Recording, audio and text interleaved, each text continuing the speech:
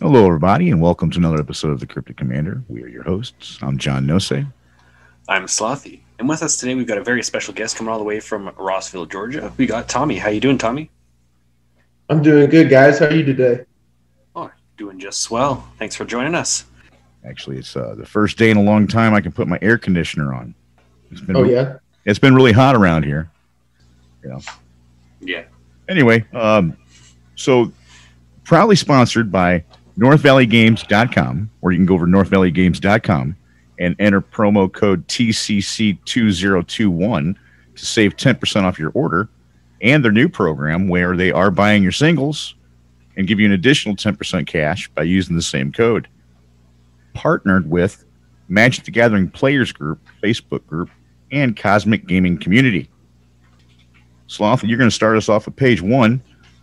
So the card of the week this week is Goldspan Dragon. This is a mythic creature dragon from Kaldheim. It costs 3 and 2 red. It's a 4/4 with flying and haste, and whenever Goldspan Dragon attacks or becomes the target of a spell, create a treasure token. And treasures you have or you control have tap it to sacrifice this artifact and add 2 mana of any one color. So what do we think about this card? I'm a huge fan. I love that card. Mm-hmm. Goldspan Dragon is one of those cards that if you can back it up with any kind of counter spell or removal, it just makes it inopportune for your opponent to ever actually catch it with its guard down. Mm-hmm. That's just one of my favorite things about it. Yeah, absolutely. I guess that's going to have to be one of the things. I just don't see what the big deal is about this card. You know, I'm a blue player. Most people who follow the podcast know that, right?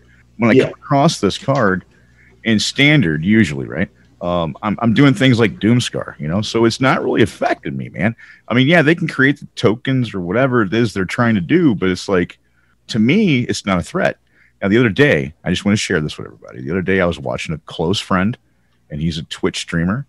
You guys might know Master Jammin', Ben over there. Ben. Anyway, so I'm watching Ben, and he's playing Goldspan Dragon. And I mentioned, because I knew it was going to be card of the week, right? I mentioned the fact, isn't it cool that it's not legendary? And he looked at it, and he's got 2 on the board, and he goes, "Oh yeah, that's really cool. Yeah, they're like, it's really not that big of a deal. I mean, aren't you glad it's not that where you can have multiple on the board? You know what I'm saying?" Mm-hmm. And to me, it's kind of funny because I don't think there's really a big deal with that card, though. I mean, am I missing something? Because I think that's just it. It's being able to have counter magic up or anything like that, or have use of extra treasure tokens for mana down the road. Yeah, exactly. And me being a commander player, saw this card going in Galazeth Prismari as soon as it came out.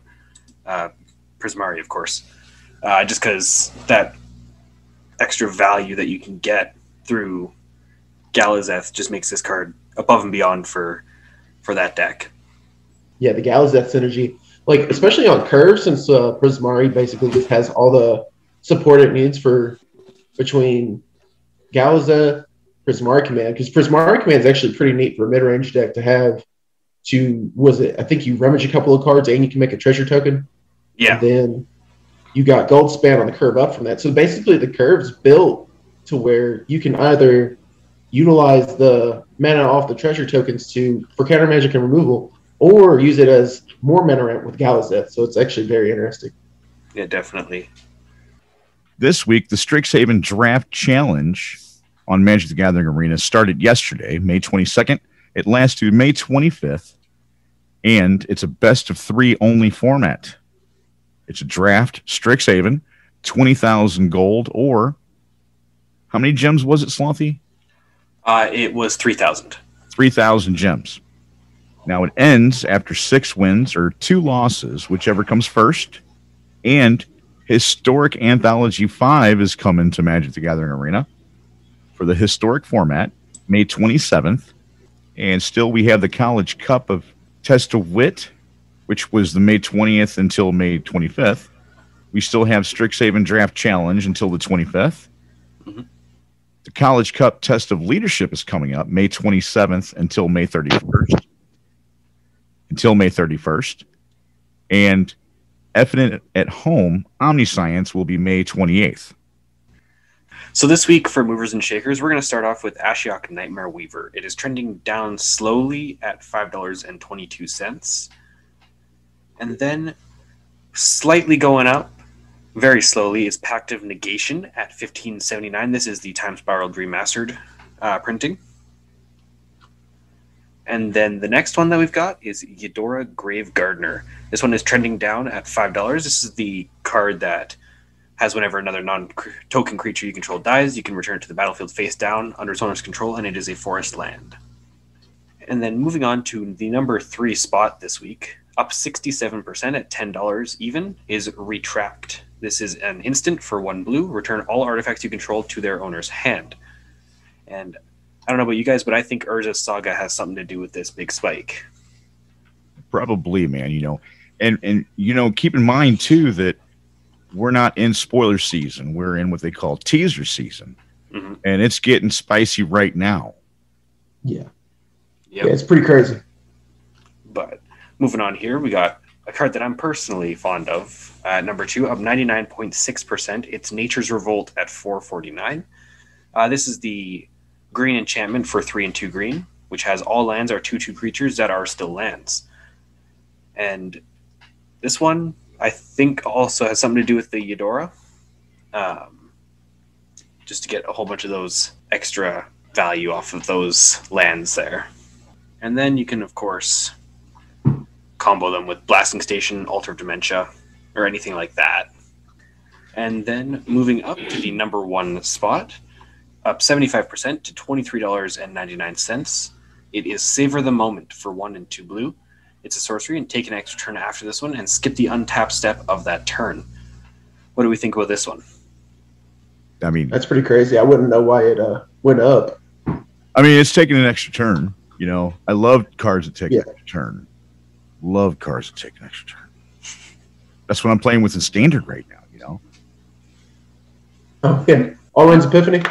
Allrun's Epiphany with the Will Rowan Planeswalker, the flip one. So it costs 1 less. Well, you got 1 out, and hopefully you got another 1 out too, the blue one or whatever. And then you got it for 2 less. I mean, there's just something about Wrath of God and for 2 white mana. I'm a big fan of the. I've been playing Shark's Typhoon, like a Soul Tie control list with like a splash of green. Sure. And you go Eureka Moment, and then you drop that 6th land on your opponent's during your next turn. And then you drop the Shark Typhoon. You follow that up with 2 Allrun's Epiphanies, you just win. Because it's like you take 9 damage next turn, and then on the extra turn after that, you drop another Allrun's Epiphany. You just hit him for 18. It's some of the easiest wins. It's like definitely. It's like they didn't have to include the 2/1/1 flying birds, but hey, that's cool. Oh yeah, birds are nice. The 2/1 birds is like, it's very interesting considering like most of the time when you have extra turn spells, you don't have anything to really play into. That's when they shine, is when you have a board state or something to establish. Yeah. But being able to take that extra turn and have some bodies, I'm pretty sure, even though it doesn't seem like the most impressive thing, it definitely it'll save you a couple of games here and there. Oh, absolutely. The fact that it's in Standard right now, I'm loving it. Right, it makes me want to get my hands on at least 4 of them in real life, just in case I want to build one in a deck somewhere. But with all these cards out there that take an extra turn, all these cards out there, man, it just really, you can build a deck like that just constantly takes extra turns, man. Yeah, I've been telling my buddy. In Standard, anything that's blue, you can just play Allrun's Epiphany, and it's like Frank's Red Hot Sauce. You just throw that on everything, At some point, they start making it to where you got to exile this card, so you can take an extra turn, but then this card's exiled, right? Now, this card right here, you don't have to exile it, right? What, Allrun's Epiphany? This card, Allrun's Epiphany, also, So it's kind of like they lightened up on it. We're going to go over to Magic the Gathering Content Creator Awards. And the Magic the Gathering Content Creator Awards are closed right now. So the nominations are over. But the People's Choice Award is still up. Now you can go over to MTGCCA.com, which stands for Magic the Gathering Content Creator Awards, right? And you can still cast your vote for the People's Choice Award. You can pretty much pick any one of your favorite content creators that are out there and still cast your vote. Also, we want to talk about a little behind the scenes here, too, with the Cryptic Commander. We are messing around with YouTube a little bit more. I'm messing around with some film editors, and we're trying to figure out what works real good to put that vision out there that we want to help with. we are playing around with the fact that we can take the old footage of podcasts that we have and put them up there. And we started with one that was a black screen. I'm not sure if you saw it, Slothy. I did, yeah. Yeah. So it's something to keep out, look for. So also, with a podcast old episode where I can pull up the card that we're talking about on YouTube, kind of a cool idea to me, Yeah, absolutely. Now, Tommy, you are working on another playmat, right? Yes, sir. Right now I'm working on a Nissan Hydro Crisis playmat. How I met you personally originally a long time ago was in Keepers of the Spark. Am I right? Yeah, if I remember correctly, that's true.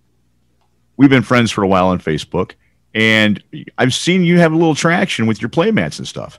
I saw you do your artwork, and it became a playmat over on Inked, right? With Inked gaming mats, which are high quality, by the way. Oh yeah, they're awesome. I love gaming mats. Yeah. Yeah. I think I had my first one. I think it was January. It was it's kind of interesting because I had a different name for it, and when they put it up, they're like, they didn't have a way for me to change the name on it when I transferred it over to them, and they kind of gave it its own name, so it's called Monster of the Skull Playmat. Oh wow! And that project kind of took on its own name, and I didn't even want to I had to talk with them. Yeah, I don't want to change it. I'm like, this is awesome. It's like my first success took on its own name, so we'll leave it that way. Was it? I just had a second one go up. It's the Authority of a Blue Mage playmat. It pays ode to some of the best blue spells that blue players have been fond of for years. For example, from left to right, if you look at the playmat, it's a Brainstorm, Force of Will, and Counterspell.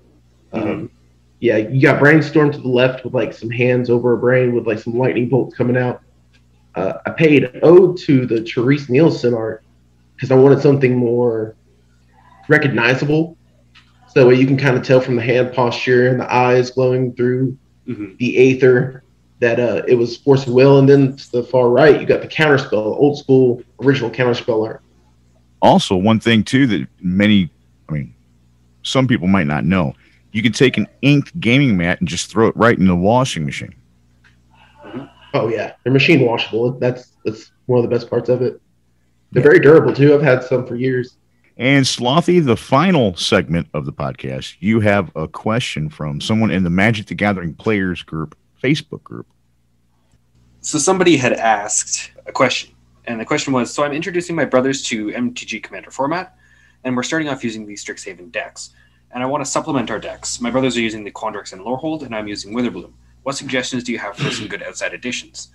So I've been thinking about this, and I kind of got 3 that I would throw in for each deck, and if you guys have any others, just of course feel free to just jump in and spit them out.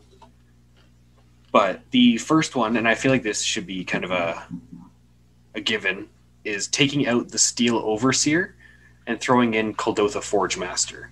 This is a 3/5 for 5. It's an artifact creature construct, and you can sacrifice 3 artifacts, which does work with the commander's Osgir's ability.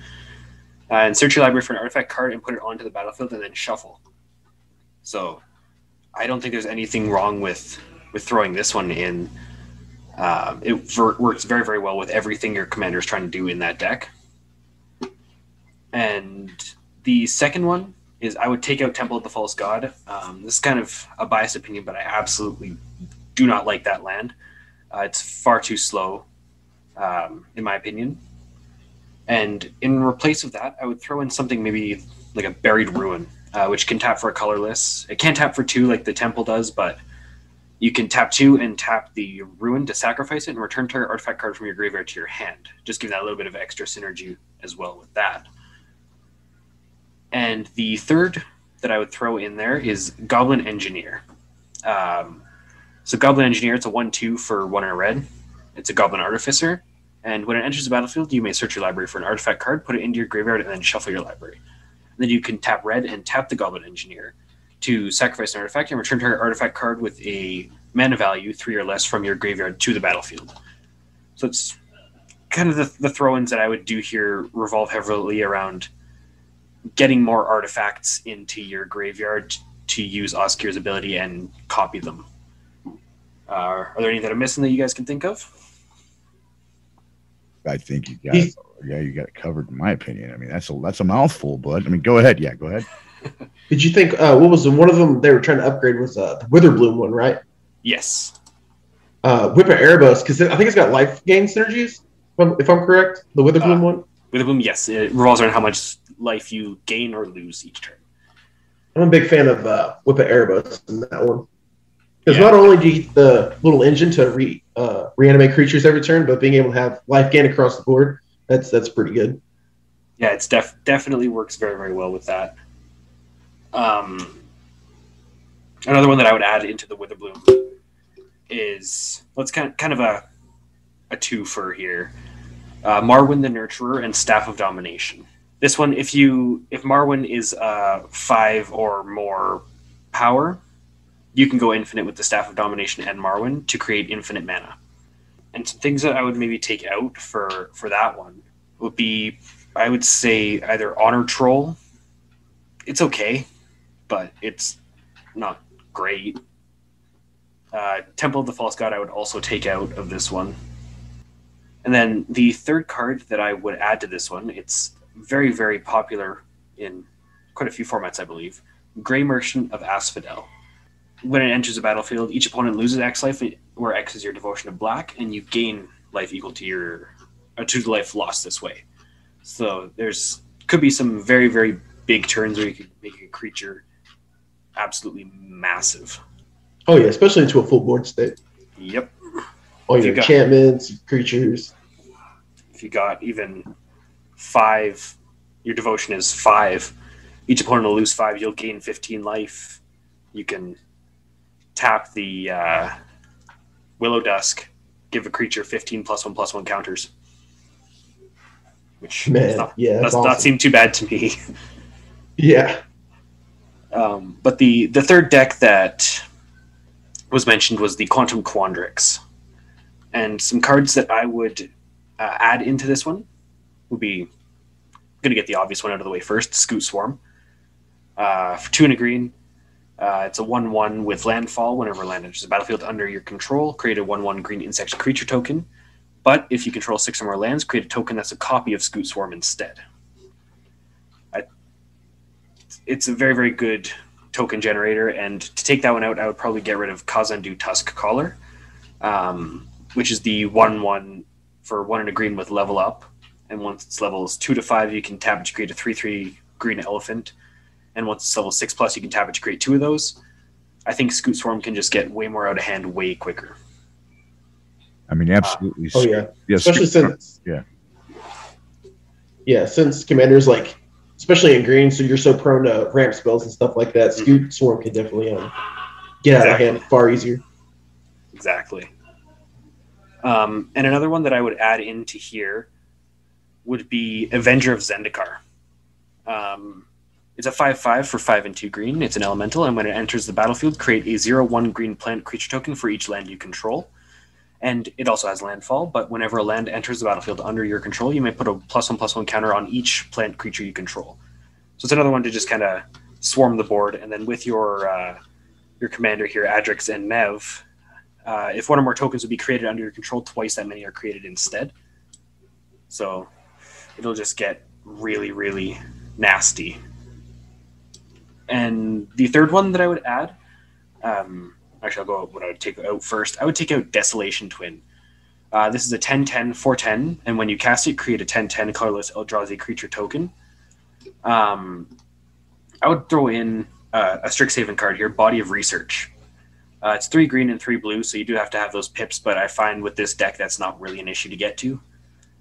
And you'll create a 0/0 green and blue fractal creature token and put X +1/+1 counters on it, where X is the number of cards in your library. And if you've got Adrix and Nev, you'll be creating 2 of those instead. Yeah, so considering you're playing Commander. Exactly. Yeah. You could have 70/70. And I just find this is a way better generator, and it's 4 mana cheaper. Especially at 4 mana cheaper. That's actually really impressive. I didn't even think of that one. Mm-hmm. Yeah, I do think this card is going to see a lot of work in Commander, not just in this deck in particular. But if you can get a as I said before, 70/70 for 6 mana. That's not bad. And then partner with the Ozolith, so if it dies, all those counters go on there, and then... Yeah, forget about partners. Yeah, that's insane synergy. But yeah, those are kind of some of the includes that I would throw in there and some that I would take out. All these cards are pretty cheap as well, so you can just kind of play around. And, of course, there's tons of others. But, yeah, so I guess that's going to do it for today's episode. And don't forget, you can follow us over at the Cryptic Commander on Facebook group. You know, it's our Facebook group. It's called the Cryptic Commander. Oh, yeah, I'm on there. Over on YouTube, it's called the Cryptic Commander. On Twitch, the Cryptic Commander, one word. There's no spaces on that one. And, of course, you got this podcast right here, where anywhere you get your podcast. But then, of course, you're already listening to the podcast. And we interact with our fans, and that's what we love to do. We love to interact with our fans. We do giveaways. So sometimes we do giveaways on the podcast.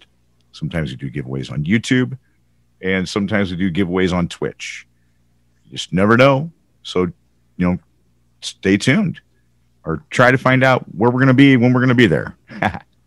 And Peddler was off today's show. He's just a little bit under the weather, and he said he's feeling much better. So he'll be on the next week's episode. Until next time, keep spell slinging.